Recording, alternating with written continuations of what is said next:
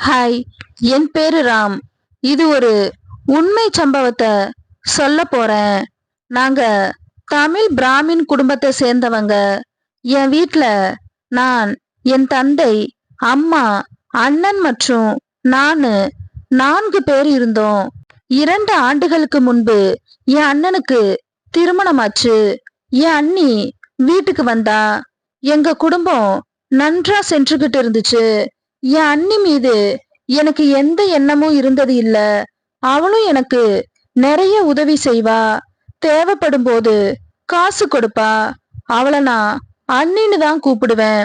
அவளுக்கு கொஞ்ச நாள் முன்பு ஒரு பெண் குழந்தை பிறந்துச்சு. எங்களுக்கு ஒரே சந்தோஷம். ஆனா எனக்கு வேலை இருந்ததால உடனே சென்று பார்க்க முடியல. 2 மாதம் கழிச்சு குழந்தைய பார்க்க போனேன். அவ அம்மா வீட்டுல இருந்தா. அதனால ஊருக்கு சென்று அவ வீட்டுக்கு போனேன். அங்கு சென்றதும் அவ குழந்தையையும் அவளையும் பார்த்தேன். ஆனா தனியா இருந்ததால ஏன்னு கேட்க, அவளது பெரியப்பாவுக்கு மாரடைப்பு வந்து மருத்துவமனைக்கு கூட்டி சென்றதா சொன்னா. அவர்கள் வர மறுநாள் ஆயிடும்னு சொன்னா. நல்ல வேலை, நீயாவது துணைக்கு இன்று இரவு இருந்தியேன்னு குழந்தைய வச்சுக்கிட்டு என்னால தனியா இருக்க முடியாதுன்னு சொன்னா. எனக்கும் குழந்தைய பார்த்த சந்தோஷம். குழந்தை பிறந்த பின் அவளுக்கு கொஞ்சம் உடம்பு விழுந்துடுச்சு. இருவரும் கொஞ்ச நேரம் பேசிட்டு இருக்க நான் சோபால படுத்துக்கிட்டேன். அவ பெட்ரூம்ல போய் தூங்கிட்டா. இரவு எனக்கு அவ ரூம்ல இருந்து சத்தம் கேட்டுச்சு. அங்கு சென்று நான் பார்க்க அவ சத்தம் போட்டுக்கிட்டு இருந்தா. என்னன்னு பார்த்தேன். அவ நெஞ்ச புடிச்சுக்கிட்டு வலியில துடிச்சா.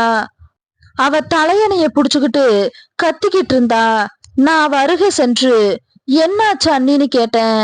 அவ மேலும் கத்த ஆரம்பிச்சா. எனக்கு என்ன செய்யறதுனே தெரியல. மணிய பார்த்தேன். அதிகாலை 2 மணி.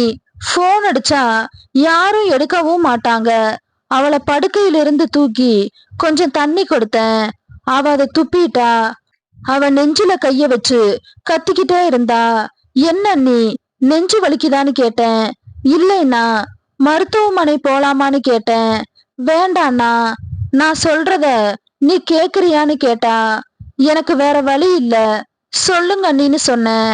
அவ என் தலைய வேகமா புடிச்சு அழுத்தனா. எனக்கு அதிர்ச்சியா இருந்துச்சு. அதுல இருந்து விலக நினைச்சேன். அவ இறுக்கமா பிடிச்சுக்கிட்டா. ரொம்ப வலிக்குது, அத வெளியே எடுக்கலைனா வலி இன்னும் அதிகமா இருக்கும்னு சொன்னா. எனக்கு வேற வழி இல்லாம குழப்பத்தோட இருந்தேன். அவளுக்கும் அதுக்கப்புறம் வலி குறைஞ்சது.